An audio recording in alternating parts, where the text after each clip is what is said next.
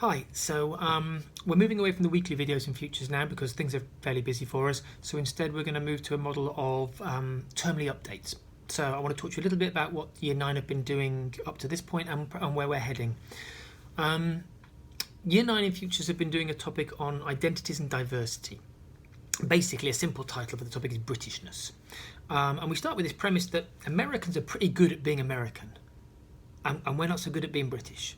Americans have a real sense of what it means to be an American. They start every day by pledging allegiance to their flag and the Constitution for which it stands. The Constitution, the list of rules that say Americans do this. They start every day promising to be that person.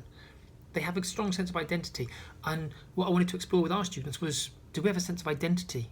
What makes us a nation? What makes us British?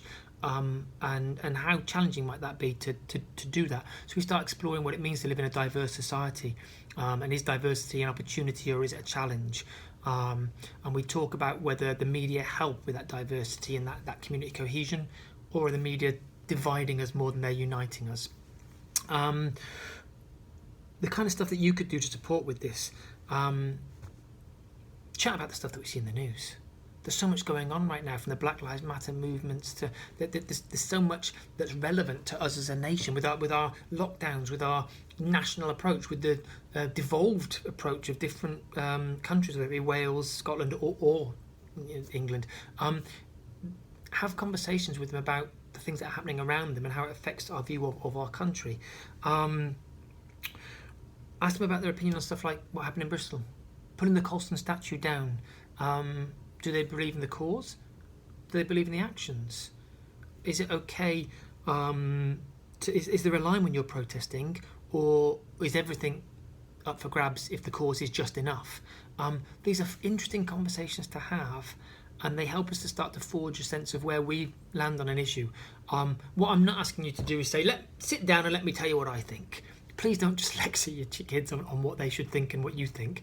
The goal here is just to open up a dialogue and say, okay, how do you feel about that? What do you think? And be quiet long enough to hear their answer, rather than just waiting to tell them why it doesn't match your own view.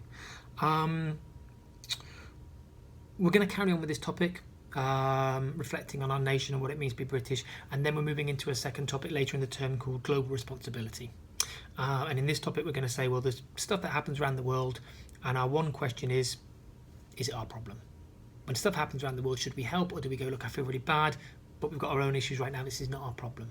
And we'll look at issues from refugees and asylum seekers and immigration, through to genocide in other countries, like the genocide of Rwanda. We'll look at climate change. We'll look at aid and trade and foreign aid, and we'll be asking that question again. When stuff kicks off in other parts of the world, do we say, look, that's really awful, so from a humanity point of view, we can help and we will?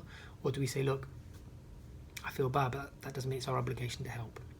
That gives you an indication of what we've done, and it tells you a little bit where we're heading. Nothing particularly insightful for you. I'm just hoping that by knowing what we talk about in school, it gives you a chance to continue these conversations at home. Hopefully that's of use. Hopefully you're all well. And I will speak to you all again next term.